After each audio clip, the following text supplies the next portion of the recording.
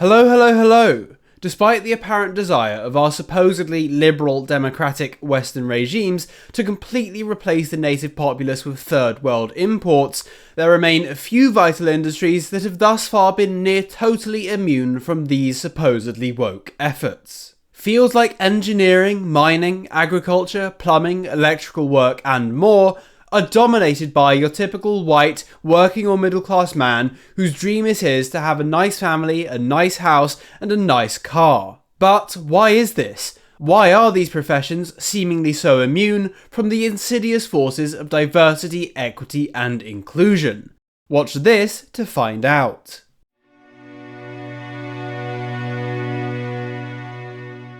Before I start, I must clarify a few things relating to the natures both of power and the ruling elite.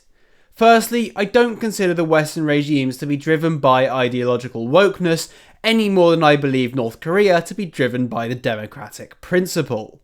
Perhaps surprisingly for the uninitiated, the right-wing view of power, the composition of the regime, and the regime's desires is almost identical to that of the left, in that we believe that Western regimes can be described as managerial bureaucracies operating in the interest of capitalist merchant elites. As such, these regimes are driven by both money and power, practically to the detriment of all other considerations. I should also say that the regime is not monolithic and that there are factions which do have agendas, such as the Zionist faction, which is chiefly concerned with advancing the interest of, well, God's supposed chosen people. However, if the establishment regimes were upfront about this, the likely result would be mass civil unrest and several attempted coups. So, the regimes feel the need to hide their power and intentions through palatable and plausible ideas and ideologies.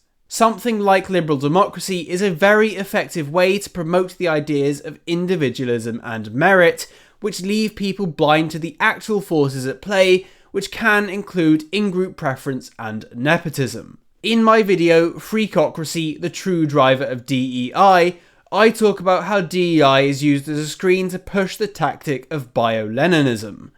And in my video, 10 phrases that restrict the right, I talk about how concepts like the Overton window or the marketplace of ideas lead people into a frame of mind that totally obscures the nature of true power. True power is never bottom up, but is instead always top down, held by an organised minority of people over a disorganised majority. Most relevant to the topic of this video, however, is the nature of power as it relates to capital, labour, and competence. I should explore this relationship through the analogy of the parasitic Cordyceps fungus.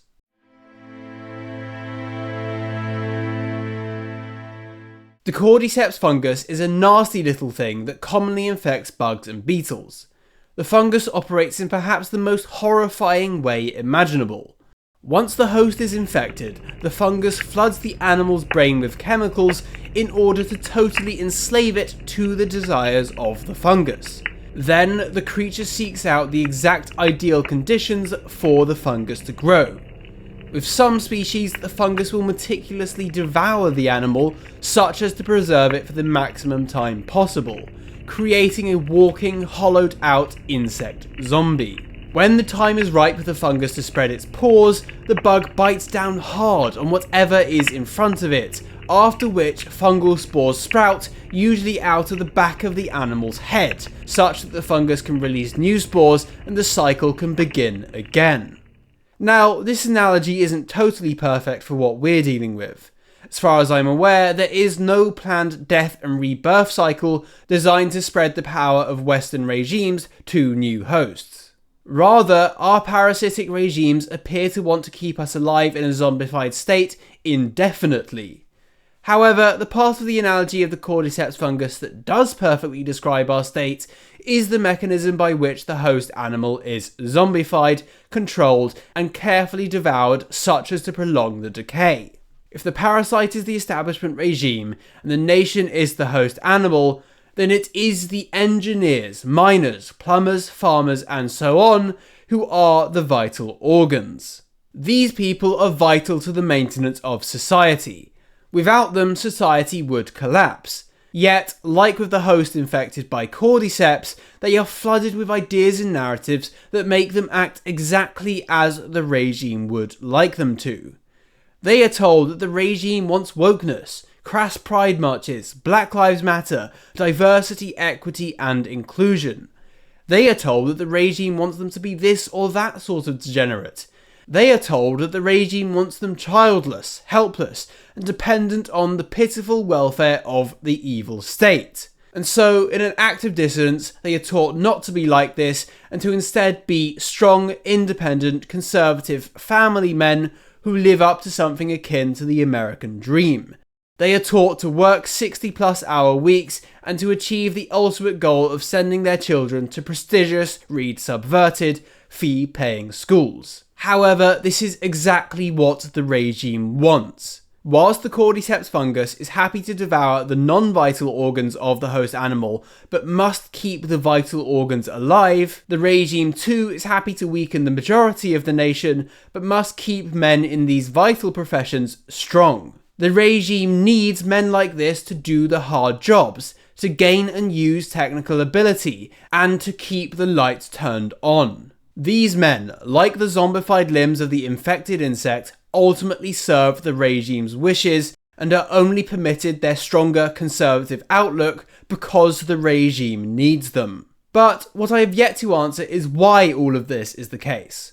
Sure, such people in such positions are needed, but why must they be conservative men?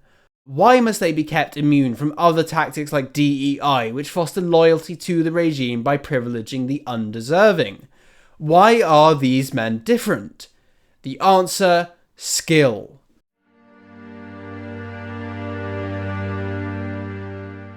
You see, DEI, or should I say bio-Leninism, is very effective at fostering pro-regime loyalty, but one thing it cannot do, by its very nature, is foster or encourage serious talent. Now, I'm not saying that non-white, non-male, non-straight and so on people can't be competent. Indeed, it'd be foolish to deny that they certainly can. However, what bio-Leninism tries to do is intentionally seek out the undeserving, so it is naturally prejudiced against anyone who shows signs of competence, even the competent minority. What's unique about the sort of men I've been describing though, is firstly that competence is key in the sort of professions they have, and secondly that only Western men can fit this bill. The first part is more obvious, and I believe I've sufficiently covered it, but the second part is less clear. The reason only Western men can fit the bill is not because only Western men are competent, something which is clearly not true in absolute terms, though there is a strong correlation. Rather, it's that only Western men would have the drive to fulfill this role within their own lands. Part of the role, as I described, is that it's predicated on the false idea that being the conservative workman is somehow an action against the establishment regime. A competent foreigner sending remittance back to Tamil Nadu is not the same as the father of 4 working 60-hour weeks so he can send his kids to public school. Moreover, it is the belief that doing this grinding, high-skilled work is an act of moral good that drives those who do it. For a competent person, easier work with better pay may be more readily available. This is especially true of men who work long shifts in the mines or farmers who dedicate their lives to their fields only to struggle to break even. You will not see foreigners engaging in such things. Even if they did have the technical know-how, the work to reward ratio is simply not there for them. And of course, it varies from profession to profession and is never absolute, but for the most part, these professions remain white, remain male, remain conservative leaning, and remain free from the enforced liberal egalitarian crap that might otherwise be enforced on them. Such men, as Oracle's Scrump and Evelyn describe them, make up what's called the conservative given. They are vital and irreplaceable, an oasis in talent in a desert of incompetence. They are tamed and fed, but ultimately caged. The things they do, that they are told are acts of dissidence, are the very thing that the regime actually needs them to do. The capitalist, managerial, bureaucratic, power-obsessed regime needs such men. This is why, despite all the bullshit that the nation can be put through, there will always be a conservative carve-out. The lights must stay on, the taps must flow, and the roads must work. Given too much power, competent people could rival the ruling regime, but there must always be a basic level of competence met to keep society operational. There cannot be such a thing as a totally incompetent regime, because such a regime would collapse. That is why such men are needed. That is why there will always be a conservative given. Anyway, that is all for today. I want to preempt a future idea of mine with this picture of Atlas, especially as he relates to my video, The Alarming Nature of True Power and the Concept of the Conservative Given. I won't say too much now, other than to point out that Atlas is a very powerful being, not for his strength, but for the position he holds. If I lived on Atlas's globe, I would do damned well what he says. But anyway, enough teasing for now. Do please let me know what you think about this video. Do of course watch Scrump's video on the matter and read Evelyn's Substack article, both of which are linked below. And lastly, as always, please like, subscribe, and God save the King.